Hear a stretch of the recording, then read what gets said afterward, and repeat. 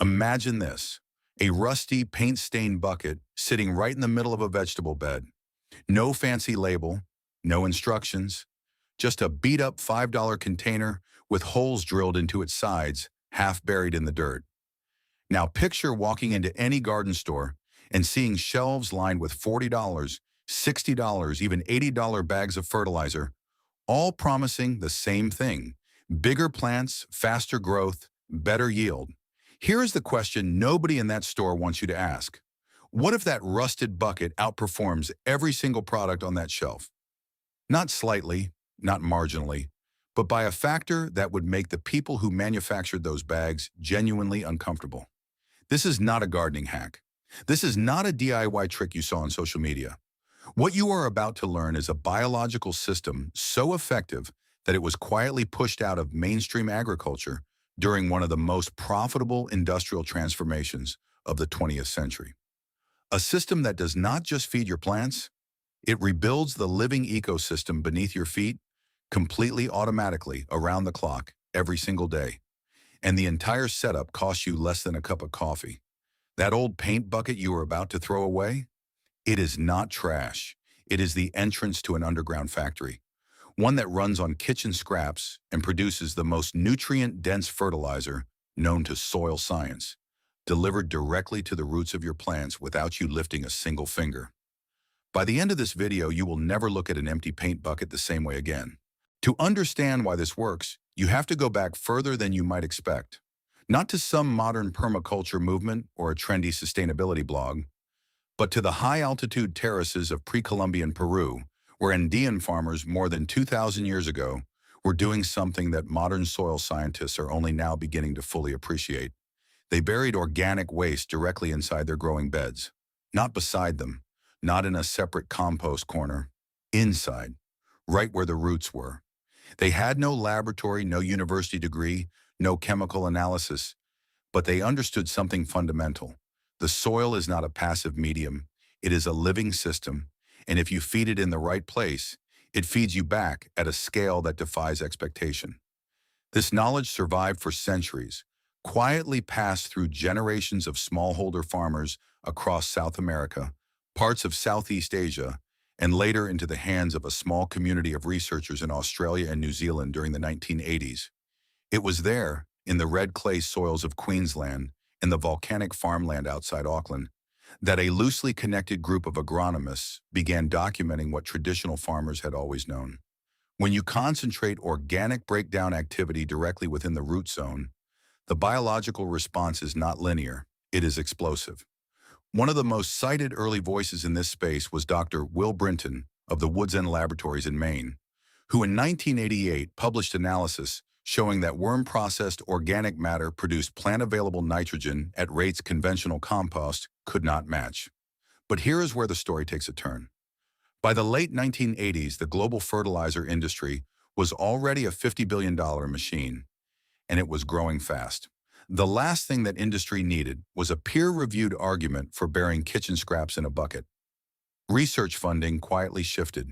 Academic attention moved toward chemical applications, synthetic soil amendments, controlled release granules.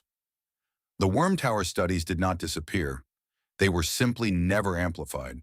They sat in journals that nobody in mainstream agriculture was reading, while television commercials told an entire generation of home gardeners that healthy soil came in a plastic bag. That is the history nobody puts on the fertilizer label. And what happened next in the laboratory is the reason you cannot afford to ignore it any longer. Let us talk about the number that explains everything. The global fertilizer market is worth $230 billion. $230 billion. That is not an industry. That is an economy. One built almost entirely on the idea that your soil is broken and only their product can fix it. Every bag of granular fertilizer, every bottle of liquid feed, every slow-release capsule you push into a pot is a transaction inside a $230 billion system designed to repeat itself every single season.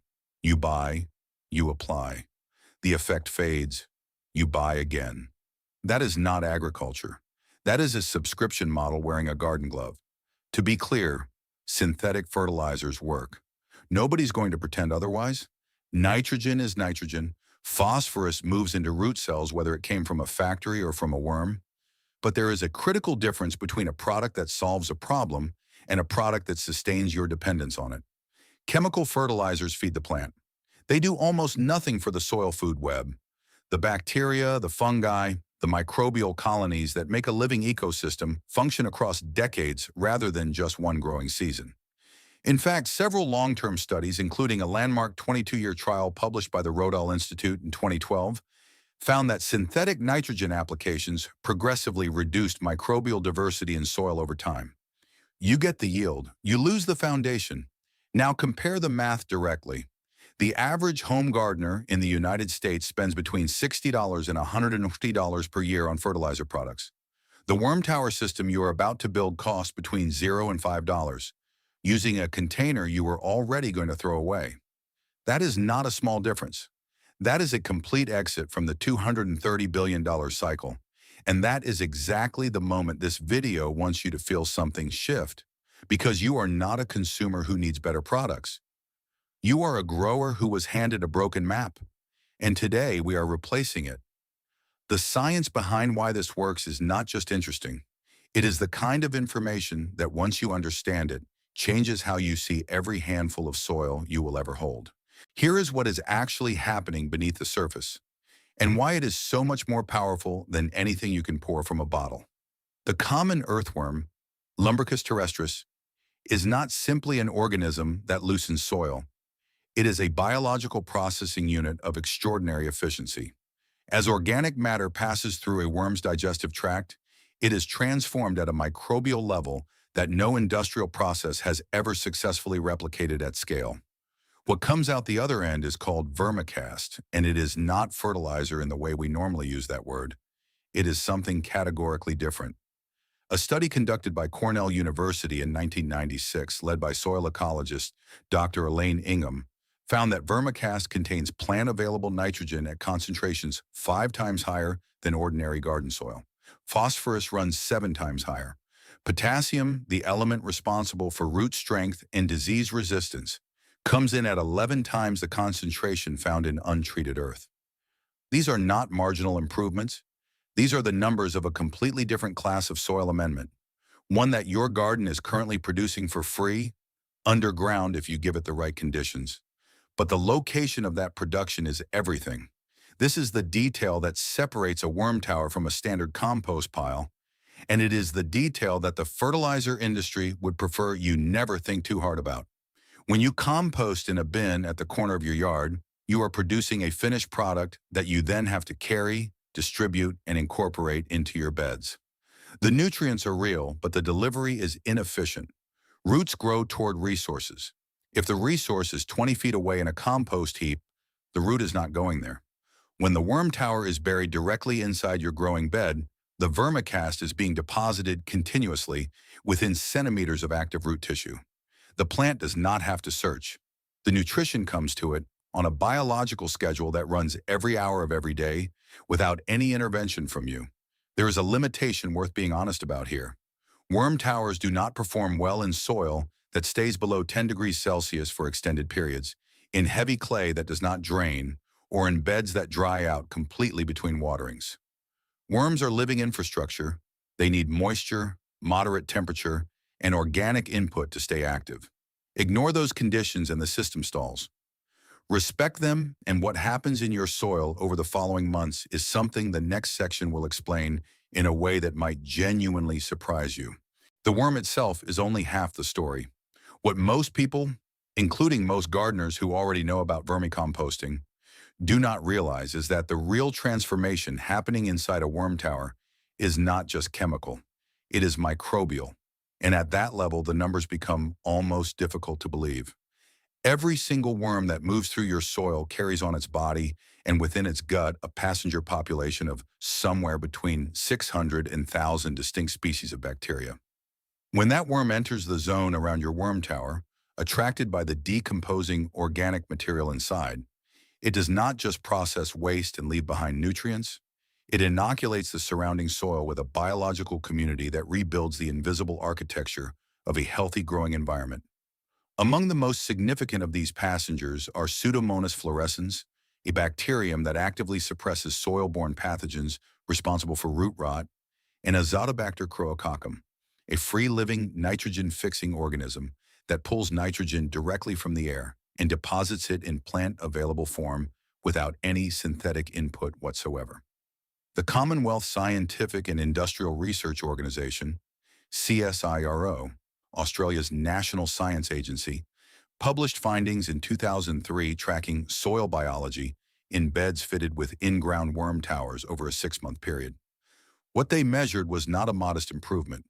Microbial biomass in the soil surrounding the towers increased by 340% compared to control beds receiving standard compost top dressing.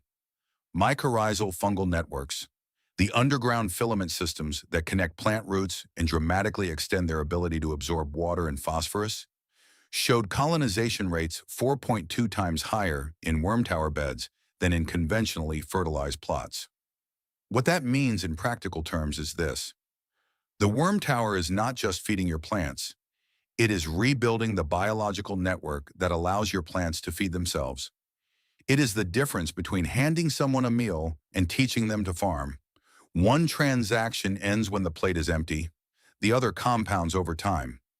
Now it is fair to acknowledge again what this system cannot do.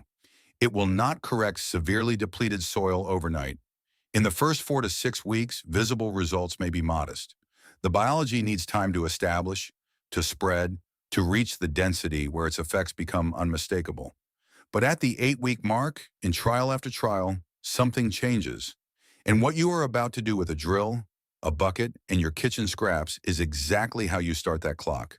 This is where everything you have just learned becomes something you can do before the end of today. The materials you need cost nothing if you already have them, and less than $5 if you do not. You need one empty paint bucket. The standard 5-liter or 10-liter size works perfectly. You need a drill with an 8 to 10 millimeter bit. You need a patch of soil inside your growing bed. That is the entire list. Start with the bucket. The goal is to turn it from a sealed container into a permeable chamber, something that holds organic material at the center while allowing worm access from every direction. Using your drill, make between 20 and 30 holes across the lower 2/3 of the bucket's body, spacing them roughly 5 to 7 centimeters apart in a scattered pattern rather than a straight grid.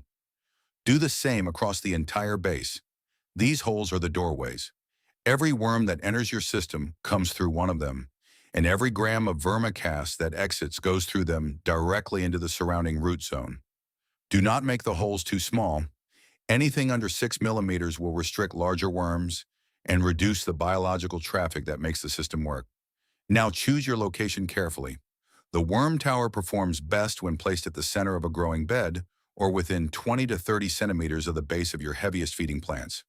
Tomatoes, squash, corn, and leafy brassicas respond most dramatically in the early weeks. Avoid positioning it directly against a stem or trunk. Dig a hole deep enough to sink 2/3 of the bucket below the soil surface, leaving roughly 10 centimeters of the rim exposed above ground. This above-ground section serves as your loading chamber and keeps rainwater from flushing unprocessed material into the soil before the worms have had time to work through it. Press the surrounding soil firmly against the bucket walls so there are no air gaps. Worms navigate by moisture and will avoid crossing dry barriers. For the first loading, fill the bucket about halfway with a mixture of soft kitchen scraps, fruit and vegetable peels, coffee grounds, crushed eggshells, tea bags without the staple, cooked rice or plain pasta in small amounts, and torn cardboard or newspaper work extremely well. What you must never add is meat, dairy, oily cooked food, citrus in large quantities, or onion and garlic scraps in volume. These either repel worms, create anaerobic conditions that produce the wrong kind of bacterial activity, or generate heat that drives worms away from the tower entirely. Once loaded, place the original paint bucket lid loosely on top. It does not need to seal, it just needs to block light and reduce moisture evaporation. Reload the tower every 5 to 7 days, or whenever the previous material has visibly reduced in volume. Within the first 2 weeks, you will notice the scraps disappearing faster than decomposition alone can explain. That is your worm population arriving and establishing. By week 6 to 8, if you dig gently into the soil within 30 centimeters of the tower, you will find dark, granular, coffee ground textured earth that smells clean and faintly sweet. That is vermicast. That is the product that costs $60 a bag at the garden center, and your soil is now manufacturing it continuously for free in the exact place your roots need it most. The total investment, one old bucket, 20 minutes, and the kitchen scraps you were already throwing away. The return, a self-sustaining biological system that improves with every passing week and asks nothing from you except that you keep feeding it what you were already discarding. You have just learned something that a $230 billion industry has had every financial incentive to keep complicated, expensive, and dependent on their supply chain. A rusted paint bucket, a drill, kitchen scraps, and a biological process so efficient that modern soil science is still publishing papers trying to fully explain it. That is the entirety of what stands between you and a garden that feeds itself. But here is what matters most right now. Knowledge that stays on one screen does not change anything. The system we just described works because it spreads. One bed, one garden, one neighbor at a time. If you share this video, you are not doing this channel a favor. You are putting a piece of information back into circulation that was deliberately crowded out by decades of marketing spin and institutional indifference. Every person who watches this and builds one tower is one fewer customer in a supply chain that was never designed with their soil in mind. If you want to be part of the community that is quietly rebuilding this knowledge from the ground up, in the most literal sense possible, then subscribe. Not because this channel needs the number, but because the next video in this series is something you genuinely cannot afford to miss. We are going back into the kitchen to talk about the one category of food waste that most gardeners are adding to their compost, their towers, and their beds right now, completely unaware that under certain conditions, it does not just fail to help. It actively poisons the soil biology you just spent 6 weeks building. One common ingredient, one chemical reaction that almost nobody talks about, and a correction so simple it takes 30 seconds to fix. Once you know what you are looking for. That video comes out next week. And if what you learned today surprised you, what is coming next will make you want to go check your compost pile before you even finish watching.